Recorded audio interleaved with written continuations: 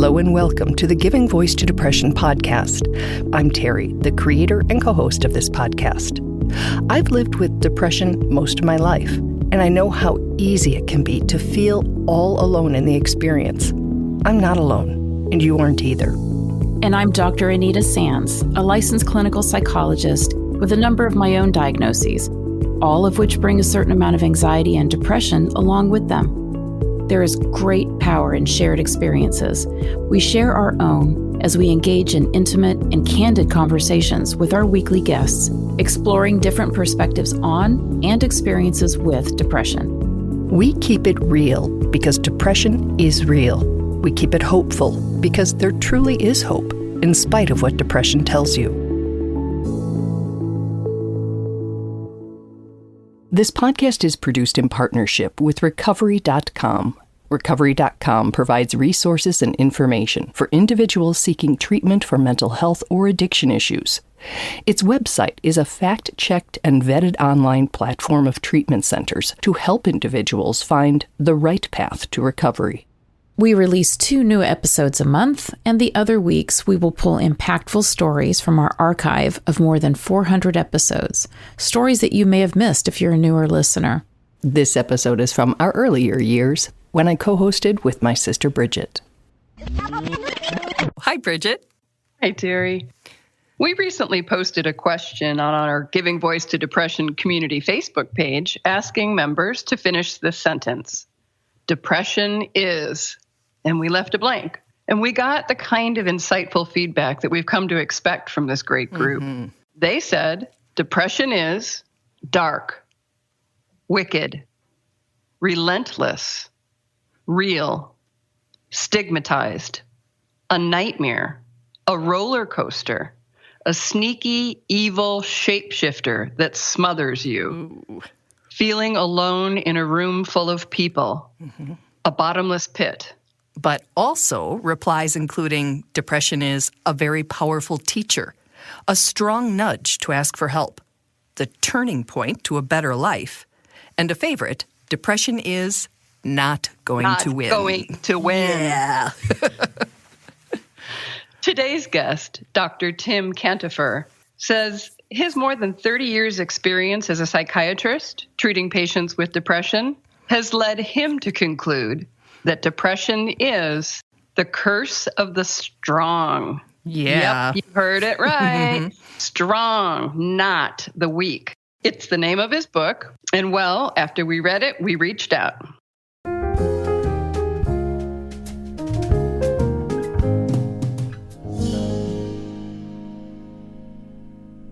Thank you for joining us, Doctor. We are always interested in exploring different perspectives on depression, and yours is both unique and refreshing.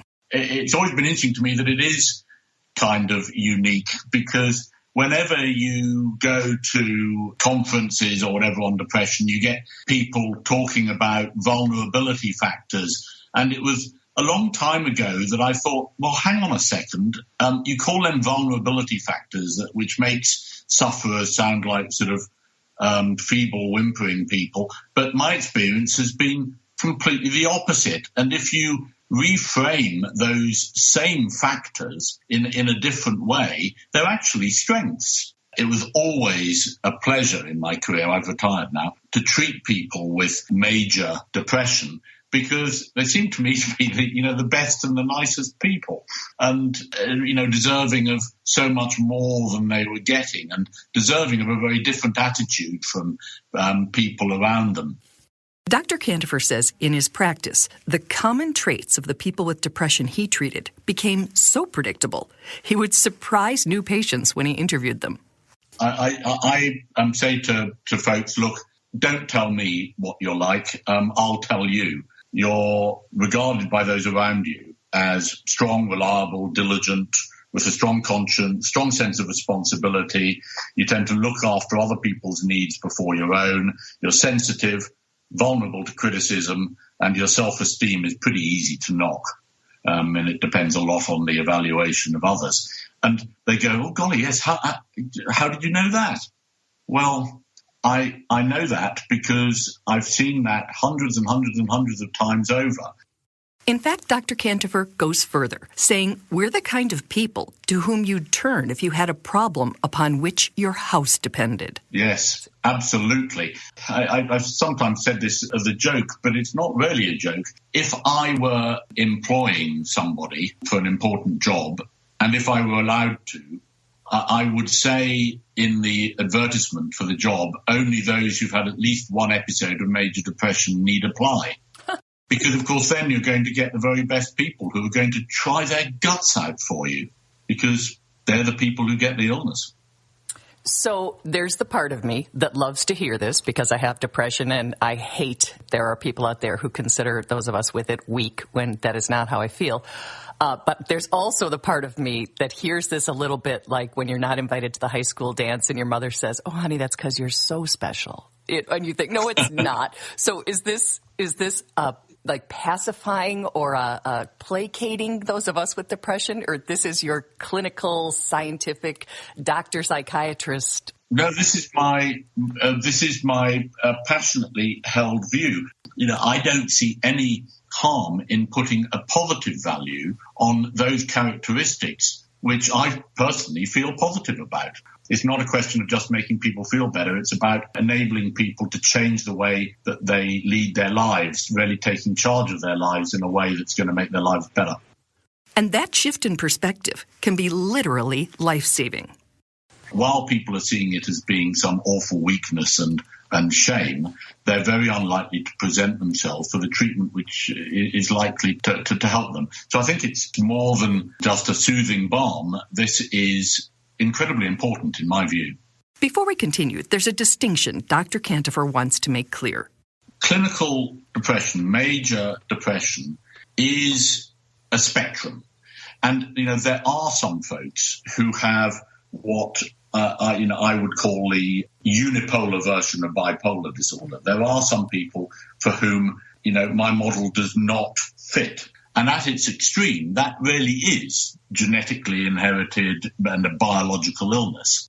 The type that really interests me, and is what I'm writing about in this book, is major depression caused clearly by stressors. And to me, that's the majority of what I saw. And Dr. Cantopher saw a lot of patients with depression, far more than the average psychiatrist. And I have actually done a rough calculation on that, and it's around 3,000. And the majority of those patients, he says, were unable to look after themselves in those stressful times because their focus was elsewhere. Which is, I saw literally thousands of these folks who were focusing so much on the needs of others, who were ignoring their own needs and feelings so much that you could see that they were in a way bound to develop this illness. The curse of the strong, remember? Quoting from his book now, think about it. Give a set of stressors to someone who's weak, cynical, or lazy, and he'll quickly give up. So he never gets stressed out enough to get ill. A strong person, on the other hand, will react to those pressures by trying to overcome them. After all, she's overcome every challenge she's faced in the past through diligence and effort. She can't stop struggling because she fears other people might be disappointed in her. Even more, she fears being disappointed in herself. She keeps going on and on and on until suddenly, bang, the fuse blows. I want to be clear, those pronouns were the doctor's choices and not mine, by the way, not my feminism creeping in. The fuse may blow just because you have impossible hardship in your life. But the fuse may blow because you face the hardship which you do without sufficiently taking account of your own needs because you're so busy looking after everybody else's. And that's the type that I'm particularly interested in. It's very common. And you say in your book that blowing a fuse is not a metaphor. No, it's not. There's very good evidence for this, that when you look at the functioning in the limbic areas of the brain, there is a chemical disturbance which happens. Now, I know that there are some people who would say, oh, this is a myth created by drug companies in order to sell their drugs. But it isn't. If you take people with major depression and look at the metabolites of the major transmitter chemicals in the limbic system of the brain, they are reduced. I don't know what you would call it, but I would call that a blown fuse. to avoid that and to reduce the likelihood of future blown fuses. Cantopher says we need to learn a different way of facing adversity. The sorts of changes that you can make to the way that you think and the way that you behave through effective cognitive therapy, mindfulness, or, really looking at the way that you run your life, they're incredibly important too and can increase your chances of remaining well. So, I think if you want to put it down to its most simple, you can reduce it to 3 questions. What's it all for? What I do in my life. What do I want? Where is the balance in my life? And I don't mean just work-life balance. I mean the balance between your needs and other people's needs, the balance between rest and recreation, the balance between exercise and just blobbing in front of the television. Everything is about balance. Now, if you can really answer those 3 questions, you've got a very good chance of remaining well. But my experience is that most people who get a recurrent episode of major depression can't answer those questions. They've never thought about their own needs or what they want because they're too busy running around making other people happy. And that, he says, is very often a function of low self-esteem. Many of my patients have, for one reason or another, not learnt by the time that they are 18 that they are of real worth. I think that central feeling, which is I'm okay, I am worth my place in the world, I'm worth the air that I breathe, whatever, Joe Bloggs says about me, is so protective. And I wish I could give that to every person who I saw. And Cantopher says it's never too late to realize and accept your personal worth. But part of that process involves quieting your worst critic. You have to recognize that your worst enemies are not out there. Your worst enemy is usually yourself. The sort of talk which you give to yourself is horrible. When you say, "Oh, I'm such rubbish. I'm so weak. I'm so pathetic. Why can't I do what this other person can do?" If you found somebody talking like that to somebody else, particularly somebody else who was in a state of depression, you would stop them and you would say, "Stop doing that. What you're doing is unreasonable and dreadful and really horrible." So if it's not okay to do it to other people, why is it okay to do it to yourself? But is that us saying it to ourselves, Doctor, or is that the depression? Yes, you're absolutely right. In the pits of depression, their negative thoughts about themselves and the world and the future were just so black as to be impenetrable. But even when well, now, I accept this isn't the case for absolutely everybody, but it is those folks who put themselves at the back of the queue, both in terms of privilege and in terms of self-worth. Those are the people who I'm the most interested in because, that can change. But you really have to change it. You have to work on changing that. And while you are not more important than the next person, you are as important as them. And treating yourself with the same kindness and respect that you would offer to others, I think, is very much a key. And that goes for how we care for ourselves when ill, too. We try to get others to understand that depression's as real as any other physical illness. But when it strikes, many of us seem to ignore that fact. Don't try to force your way out of a major episode. You can't. It's impossible. It's like trying to force your way out of double pneumonia. In the early stages, there really isn't an awful lot that you can do other than just recognize this is not your fault and take the medical treatment and start to get a little bit better, lighten up on yourself a little bit. Dr. Cantopher says accepting the symptoms of depression, the same way you would accept the changes in your breathing with pneumonia, will ultimately help you recover faster and more fully. So rather than pushing yourself to exhaustion, pretending you are not in depression's dark grip, you say, I'm going to listen to my body, I'm going to do a little bit, and I'm then just going to take it very, very gradually.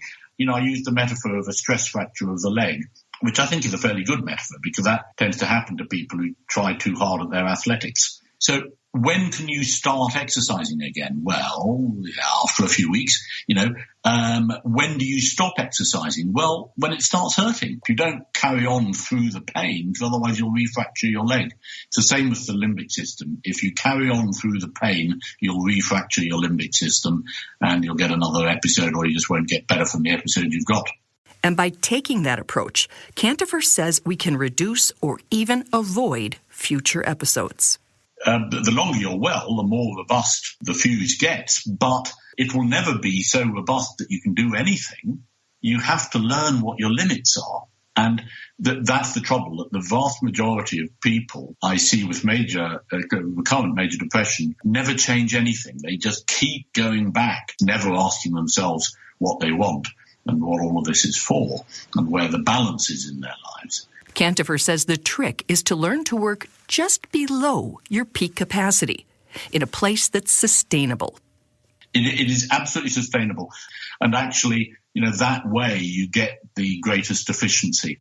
So to summarize his message and his book in just a few sentences. Pace yourself, be consistent, treat yourself not better than anybody else, but the same as other people.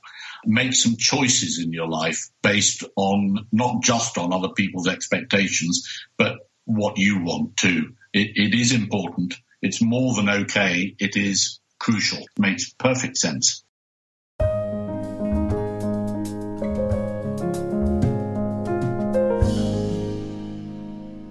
Wow, Terry, look at the way you run your life. This one impacted me in a very gentle way, but I think a fairly profound way, where I found myself, one of his tests, as he calls it, the vacuum, actually he calls it the Hoover in the middle of the room test. And he said, when you're really in depression and you decide you still have to clean up, you start to vacuum. And when you find yourself, like that stress fracture, starting to get really tired, he said, so many of us just push through and do the whole darn house, and then we're exhausted and maybe don't feel well for a couple of days. He said, let it sit. Do something else, take a break, read whatever you do to replenish yourself. And then when you feel up to it, vacuum a little more, but you don't always have to push. You would pick that example. I told him I'm looking at a vacuum in the middle of my room, but I'm not depressed. Okay, so I'm not a great housekeeper, and Bridget is. There, we said it. That's okay. Yeah, and the idea to treat yourself with kindness and respect as you would anybody else. Mm-hmm. We don't do that. And how about those 3 questions, Bridget? What's it all for? What do I want? And where's the balance in my life? Are those questions you have asked yourself and can answer for yourself? Absolutely not. Yeah, I know, me neither. Should be. I'll work on that. When you're in the hold of a depression, I just am in such an unresourceful place when I'm there that I wouldn't have any idea. I don't know how to answer them now. That's what I was going to say, but we're not in it now, and neither one of us is. Yeah, that's something to challenge. I'm going to start with look at the way that I run my life. Yep, I agree. That was a good one. So thank you, Dr. Cantopher. Those are good questions, and thank you for not calling us weak and for understanding that, perhaps there's a different spin on all this. So, Terry, is it not true that I wasn't asked to prom because I'm special? Oh, no, sweetie, you're special. You were too special to go to prom. I love you. Bye. Bye.